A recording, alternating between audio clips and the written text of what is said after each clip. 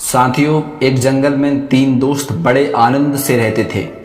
कछुआ, हिरन और कौवा। जंगल में अन्य प्रकार के प्राणी और पक्षी भी रहते थे, लेकिन उनके जैसा कोई न था। एक दिन हिरन बोला, बैठे बैठे मैं बोर हो गया हूँ, चलो कोई ऐसा खेल खेलते हैं जिसमें सभी को मजा आ जाए। कछुआ और कौवा उससे सहमत हुए।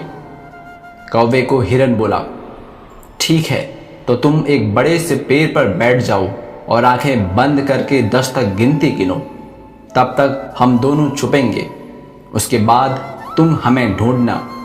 ढूंढने पर जो भी पहला मित्र दिखेगा वो तुम्हारी जगह पर 10 तक गिनती करेगा और तुम छुप जाना। कौवा गिनती करने लगा, हिरन और कछुआ छुपने लगे।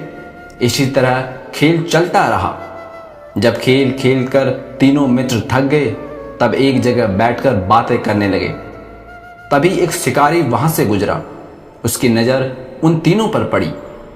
शिकारी ने जैसे ही उन्हें देखा, वह उन्हें पकड़ने के लिए दौड़ा।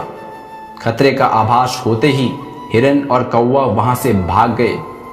कछुए को आभास हुआ, परंतु कछुए की चाल धीमी होने के कारण कछुआ शिकारी के हाथ लग गया और शिकारी उसे अपने साथ ले जाने लगा। उधर हिरन और कौवा अपने मित्र को शिकारी के कैद में देखकर दुखी होने लगे। शिकारी भोजन में कछुए को खाने वाला है, यह सुनकर हिरन और कौवे ने एक योजना बनाई। कौवे ने हिरन को कहा, जैसे ही शिकारी यहां से जाने लगेगा, तब तुम उसके सामने आ जाना। जब शिकारी तुम्हें देखेगा तो वह अपनी पोटली जमीन पर रखकर तुम्हें पकड़ने के लिए दौड़ेगा। तभी मैं जमीन पर रखी हुई पोटली पकड़कर उड़ जाऊंगा और तुम वहां से भाग जाना। जैसे ही शिकारी वहां से जाने लगा, हिरन उसके सामने आ गया।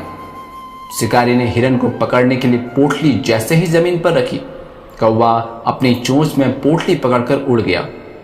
इधर हिरन भी पलक झपकते ही भाग गया। शिकारी निराश होकर घर लौट गया।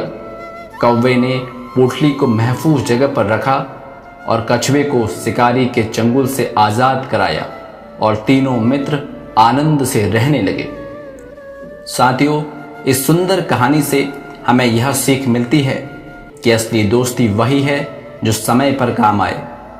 हम सभी की नज़रों में दोस्ती के मायने अलग अलग हो सकते हैं, पर ध्यान रखिए, एक सच्चा और अच्छा दोस्त कभी भी गलत कार्यों में आपका साथ नहीं देगा और ना ही स्वयं आपको गलत कार्य करने के लिए प्रोत्साहित करेगा, बल्कि वो हमेशा आपके सही रास्तों में आपके साथ रहेगा और मुश्किल समय में आपकी मदद भी करेगा। इसलिए ध्यान रखिए, दोस्त धन शक्ति देखकर नहीं बल्कि चरित्र देखकर बनाइए।